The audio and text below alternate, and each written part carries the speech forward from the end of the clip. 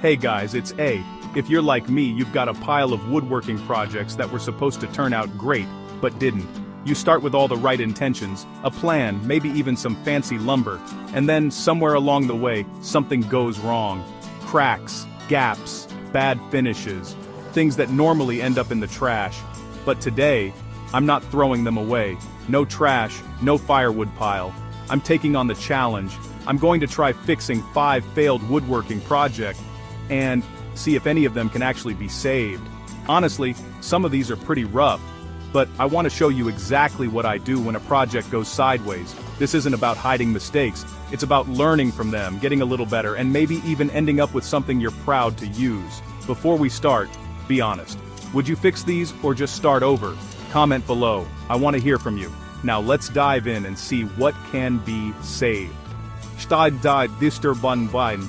Stansterden, Seinsteinstendarding with a cracked board that almost had me giving up.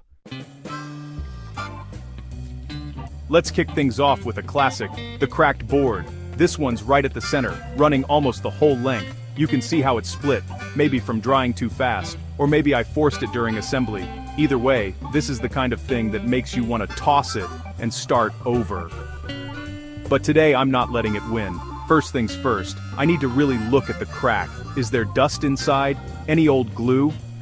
I take a little brush and compressed air, working it into the split to clean out any debris. This is important. If you skip this step, your glue won't bond, and it'll just crack again as soon as you put any weight on it. Now for the glue up.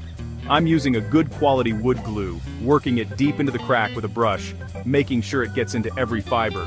Sometimes I'll use a thin piece of plastic or a credit card to really work it in. The goal is to saturate every bit of that break. Clamping is next, and you've got to be careful. Too much pressure, and you squeeze out all the glue. Too little, and the crack stays open. I use some cauls to spread the pressure evenly, and slowly tighten the clamps until I see a little glue squeeze out along the crack. That's when you know it's right. Now the hard part. Patience. I let it cure overnight. Don't rush this. It's tempting to unclamp early, but you want that glue to set fully. The next day, I check the repair. There's a little ridge where the crack was and some dried glue to clean up. Time for sanding. I start with a coarser grit, working across the crack, then move up to finer grits to blend the surface. You'll never make the crack completely disappear, but you can get it smooth enough that it's usable. And honestly, sometimes those scars tell a story. After a few passes, the board feels solid again. It's not perfect. You can still see where it broke if you look close.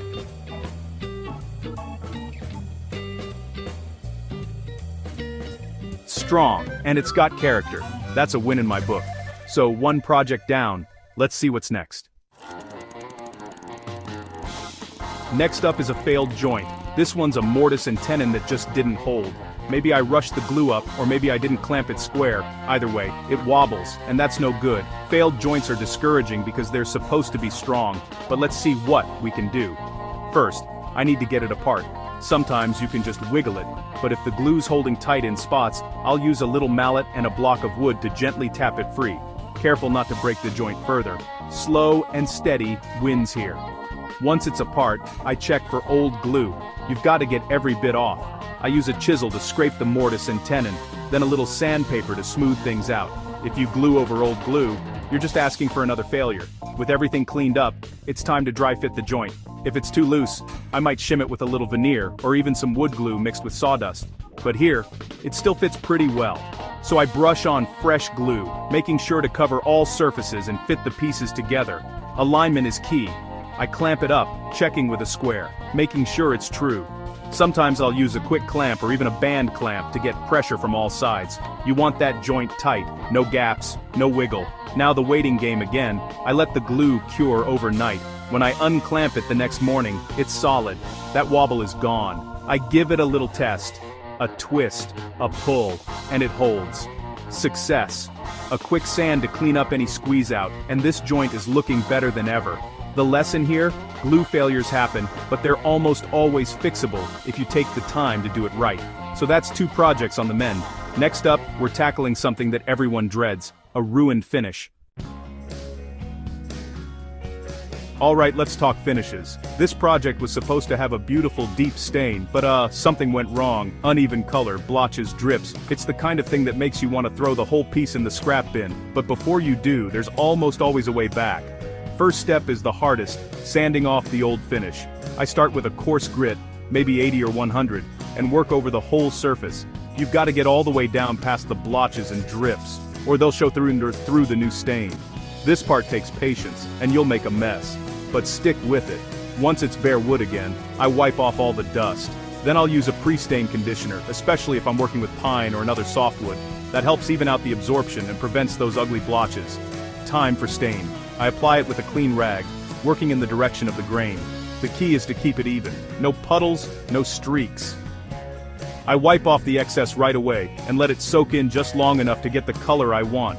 If I need a deeper tone, I'll do a second coat after the first one dries. Patience pays off here. It's tempting to rush, but letting each layer dry makes all the difference. Once the stain is just right, I let it fully dry, then lightly sand with a fine grit to knock down any raised grain. Then comes the finish. Maybe a wipe-on poly, or a good quality oil. I apply thin, even coats, letting each one cure before adding the next. The difference is night and day. What looked like a disaster is now smooth, rich, and even. Sometimes a bad finish is just a step on the way to a great one. You just need to put in the work. Another project saved. Let's keep it going. Next up, fixing gaps and joints.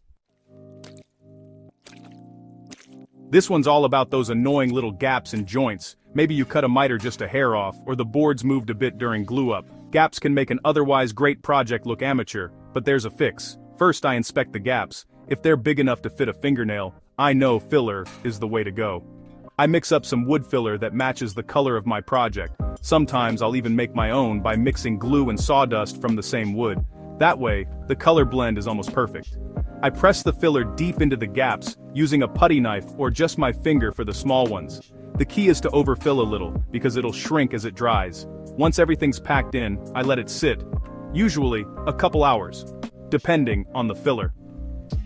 After it's dry, I sand the joint flush. Start with a medium grit, then work up to a fine grit to blend everything together. You want the filled area to be seamless with the rest of the surface.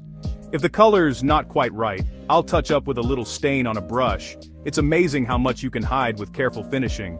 Sometimes those gaps just vanish. Once it's all done, I wipe on a finish coat to seal everything in. The joints look tight, the surface is smooth, and unless you're looking really close, you'd never know there was a gap there. It's not about hiding mistakes, it's about making the most of what you've got.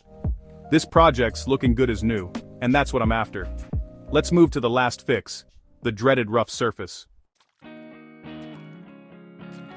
Last up, we've got a rough surface. You know the type, maybe you rushed the sanding, or the grain just didn't cooperate. It's got ridges, scratches, maybe even a little tear out. Not fun to touch, and not something you want to finish as is. First, I take a really close look. Where are the worst spots? Are they deep, or just surface scratches? This tells me where to start, usually with a lower grit sandpaper, like 80 or 100. I sand with the grain, slowly working out the rough patches. I don't rush this part. You've got to let the sandpaper do the work. I check my progress often, feeling with my hand.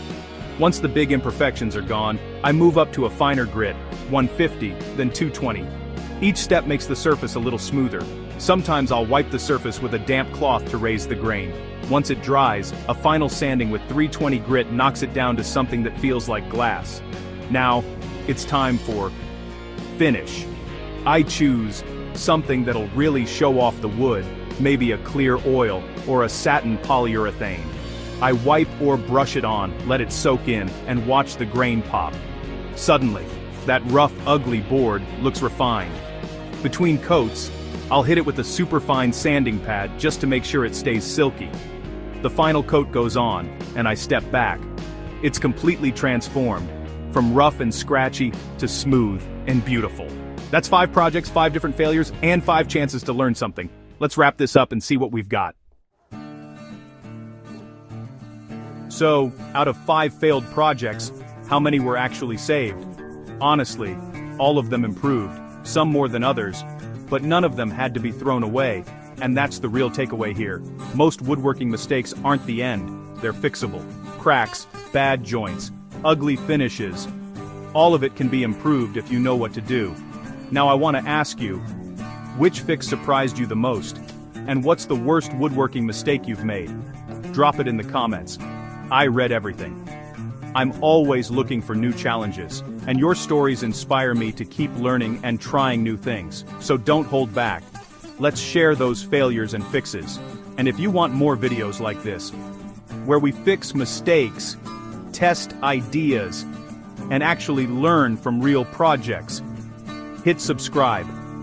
Because next time, I'm taking this even further.